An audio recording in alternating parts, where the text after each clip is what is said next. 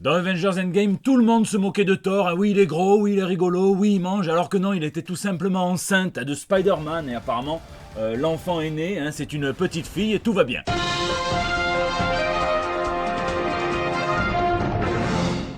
On va évidemment en reparler dans ce JT du trailer de Wonder Woman pour comparer ça avec le comics puisque c'est vraiment le gros morceau d'une actualité assez pauvre. Mais avant ça, ce week-end j'étais à Lille à la toute première édition des Geeks Day, la version d'hiver. Alors pourquoi est-ce que je ne l'ai pas dit mercredi dernier? Eh bien parce que je ne savais pas que j'irais. Je tourne le JT le mardi et en fait à cause des grèves, certains intervenants, là c'était Arnaud de Comics Blog qui a dû se décommander. Ils m'ont appelé pour le remplacer, donc ça s'est joué entre le mercredi et le jeudi. Je suis parti le vendredi, bim bam boum, comme dirait l'autre. Et quel kiff, j'ai animé 3 conférences, donc une sur Batman, que j'ai un petit peu retravaillé depuis Toulouse, une autre avec Tom Grumet, qui est quand même un des dessinateurs qui a co-créé donc Superboy, qui a orchestré la mort de Superman avec tous ses collègues. J'ai également animé une rencontre avec J.L. Mast sur son prochain projet, Fathers of Marvel Comics, et laissez-moi vous dire qu'il sait le teaser.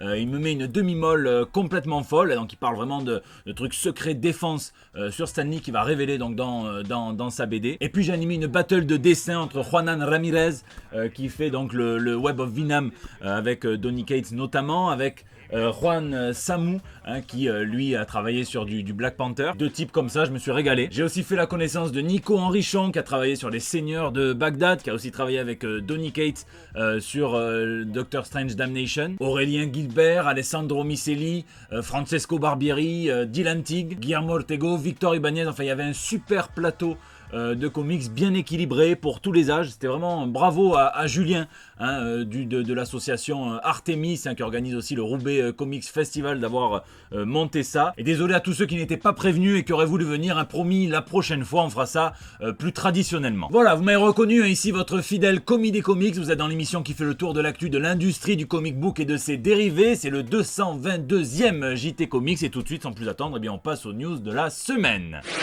Flic et comics. Souvent on parle de la différence entre un super-héros, un justicier, un anti-héros, un policier, et des fois la fiction et la réalité se rejoignent un petit peu comme dans cette news Flic et comics. Et oui, puisqu'on pourrait se demander si la police de Los Angeles n'est pas sponsorisée par Wayne Technologies, et c'est pas Lucius Fox qui, en plus de tout ce qu'il a à faire en ce moment, leur design des gadgets. Toutes les patrouilles seront désormais équipées d'une nouvelle technologie qui s'appelle le Bola Wrap et qui consiste, ça a la forme d'un taser et ça projette un filin en Kevlar qui vient ligoter celui qui est à l'autre bout. Ça fait un petit moment qu'on en parle, il avait déjà été testé par d'autres forces de police de villes plus petites, comme la ville de San José en Californie. Mais cette fois, c'est Los Angeles qui l'adopte officiellement, en se rapprochant un petit peu plus de Gotham City. Et puis on part sur l'East Coast avec la police de New York qui tweet avec une certaine dose d'humour une photo de tout ce qu'ils ont récupéré alors qu'ils intervenaient pour une violence familiale dans le Bronx. Et le tweet débute par « Commençons par l'évidence, nous n'avons pas arrêté Wolverine ». Ce que nous savions déjà, s'il avait arrêté Wolverine, il y aurait eu au moins 1 ou 2 bouteilles de bière sur la photo, la weed c'est plutôt pour Snoop Dogg. Strange Academy. Imaginez un peu Nikos Aliagas qui présenterait la cérémonie du Choixpeau à Poudlard. Et bien c'est un peu à ça que j'ai pensé immédiatement quand j'ai entendu parler de cette nouvelle série qui sera scénarisée par Scotty Young, qui sera dessinée par Humberto Ramos et qui présentera une nouvelle école, une école de magie chez Marvel. Une école qui sera située en Louisiane, folkloriquement c'est un territoire qui est très marqué par la magie et les professeurs ne seront autres que le Docteur Strange, le Docteur Vaudou, la sorcière rouge, Damon Hellstrom, Iliana, Shaman ou encore Nico Minoru. Ça sera un petit peu comme un Bildungscomics, donc un comics de formation du caractère de jeunes enfants, de jeunes adolescents qui vont évoluer et quand on sait que le doc aime bien se soulever des étudiantes, on est en droit de s'inquiéter, un petit peu comme si Nordal Lelandais ouvrait une crèche gratos. Blague à part, ça je le sens très bien, donc n'hésitez pas à me dire dans les commentaires si les premiers dessins d'Humberto Ramos vous ont fracassé l'œil d'Agamotto et si le concept vous fait demi-moller la baguette de sureau. Merveilleux chaos. Le gros morceau de la semaine, c'est forcément le trailer de Wonder Woman 1984. Alors, c'est le premier, donc beaucoup de questions vont rester en suspens. C'est forcément plein d'images balancées un petit peu de manière chaotique, mais ça sert à ça aussi. Ce qu'on peut repérer en tout cas, c'est déjà un petit changement de style, notamment dans la photographie, avec des couleurs beaucoup plus flashy, adaptées à l'époque donc des années 80, que transpire le trailer entre les tumultes politiques, le mania, le supermarché, la banane, et moi je suis persuadé qu'elle parlait de ça, et quand elle lui dit ça c'est une poubelle. Dites-moi ce que vous en avez pensé dans les commentaires. Moi ce qui m'a plu clairement dans ce trailer, c'est de voir les emprunts aux comics, et donc on va un petit peu comparer et analyser tout ça. On va commencer par Cheetah, qui est pourtant pas le personnage principal de ce trailer. Pourtant, on voit clairement qu'il se base sur la version de Greg Rucka, qui avait fait du personnage une vieille amie de Diana, hein, pour ajouter une dimension tragique. Pour ce qui est des origines, on verra s'il conserve la version un petit peu Tomb Raider ésotérique, hein, du New 52, qui avait été conservé dans le Rebirth ensuite, ou si on va partir sur plutôt un accident de laboratoire, comme on pourrait le penser avec cette photo. Sinon, l'antagoniste principal, c'est Maxwell Lord, qui a été créé par Giffen, par DeMatteis et par Kevin Maguire. C'est un être fasciné par le pouvoir, hein, celui des super-héros qu'il veut encadrer,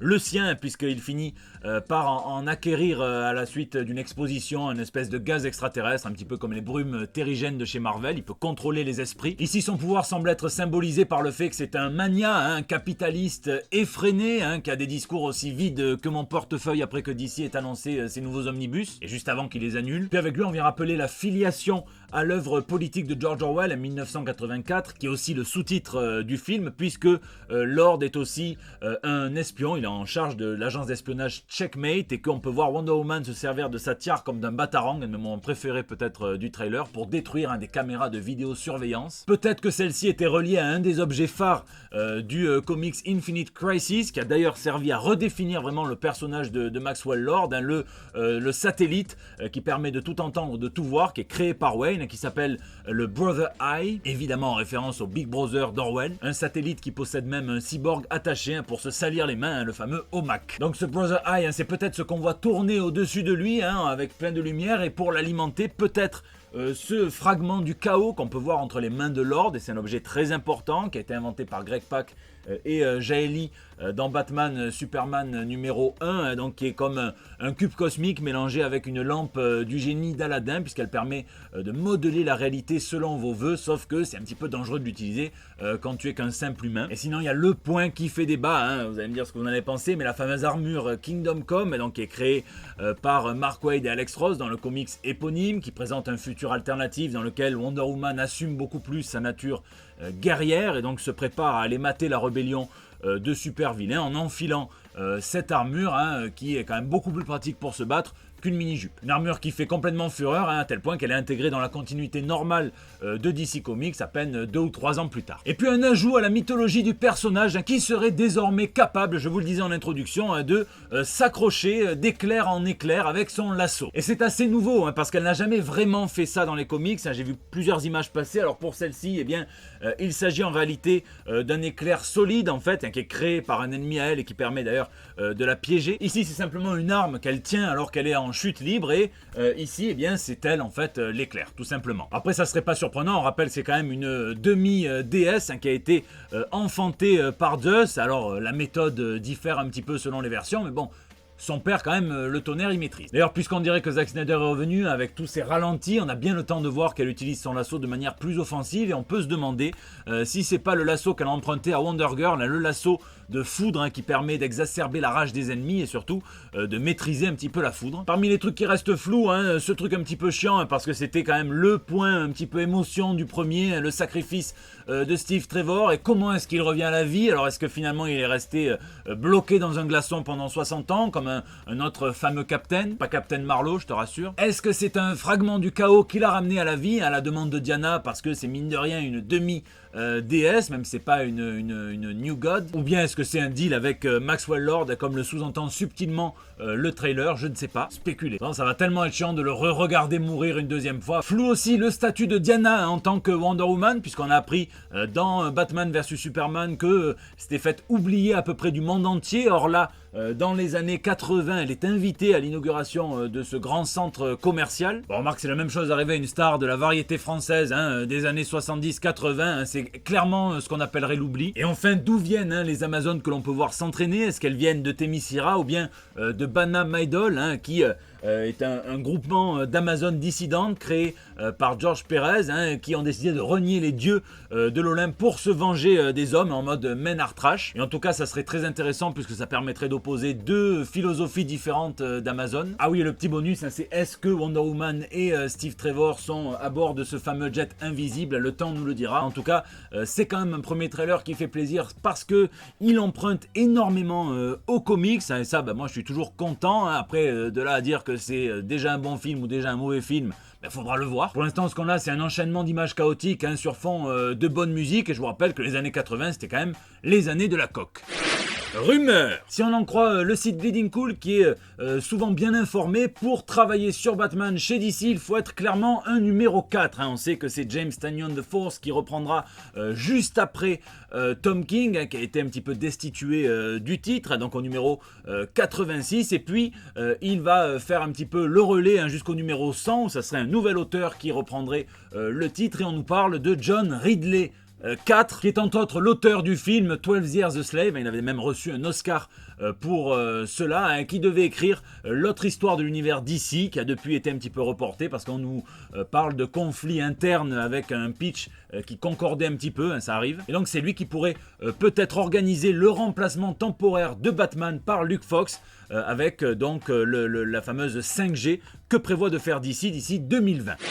Lisez, cette semaine j'ai enfin lu Black Hand et Iron Hand, donc c'est par David Lopez et Na-Young Kim. Donc si on devait faire, vous savez, ces mélanges un petit peu à la con, je dirais que c'est The Boys qui rencontre Beach Planet. Une histoire de désillusion, puisque sans vous spoiler, Alexia c'est la fille d'un des plus grands super-héros. Il fait partie du trio à avoir créé une entreprise de paix globale des super-héros, mais on sait très bien si on a lu The Boys que les entreprises et les super-héros, mauvais d'elle. Donc quand elle va devoir prendre le relais en tant que PDG de cette entreprise, eh bien elle va découvrir des choses, et bon, c'est une histoire quand même très intéressante, très bien dessinée. Les expressions faciales de ce type sont folles, et c'est pour ça aussi que j'aime l'indé, parce qu'on sent que les auteurs y mettent vraiment tout leur cœur, tellement c'est vraiment leur bébé. Si vous avez regardé le Sculpturo Gaming sur Rick et Morty Total Recall, vous le savez, j'ai aussi lu le Rick et Morty versus Donjons et Dragons, qui est complètement fou et qui est en parfaite résonance avec l'épisode 4 de la saison 4 de Rick et Morty, qui lui aussi est complètement fou. Avant de vous en parler plus, je pense qu'il va falloir que je le revoie, tellement là je me suis dit, bon, là on va vivre une saison. Là aussi, ils sont dans les années 80 en termes de cocaïne, je crois, mais bon, on est clairement dans un univers médiéval fantasy. C'est le meilleur comics Rick et Morty qui est sorti à ce jour chez Comics France. Que vous aimiez Donjons et Dragons ou pas, moi je suis complètement novice, j'ai fait que 2 parties de jeux de rôle dans ma vie, et c'était pas le jeu de rôle Donjons et Dragons, c'était beaucoup plus simple. Mais tout est bien expliqué, le lore est sympa, il y a les fiches de personnages à la fin, et je pense que voilà, on en verra d'autres des numéros comme ça, puisque Dan Harmon est fan de Donjons et Dragons. Il a le Harmon Quest, une espèce de podcast, donc mi-jeu de rôle, mi-film d'animation, et que je vous recommande fortement. Attention, demain je reprends la radio comique, il n'a absolument rien d'une radio puisque tout sera filmé, et on va suivre en direct la vente aux enchères donc des planches des plus grands maîtres des comics, de Kirby à Ditko, en passant par Bernie Wrightson, avec ce clou du spectacle qui est censé partir entre 750 000 et 1 million de dollars. Avec moi pour ce faire, il y aura bien Maxime de Nous Sommes des Héros, il y aura Bruno Bessadi, il y aura Yann Valani. Donc voilà, on va quand même bien rigoler dans cette soirée. Il y aura aussi Bruno de Nous Sommes des Héros et Thomas Moritoms en régie. C'est la fin de ce JT, j'espère qu'il vous a plu. Merci pour tous vos messages,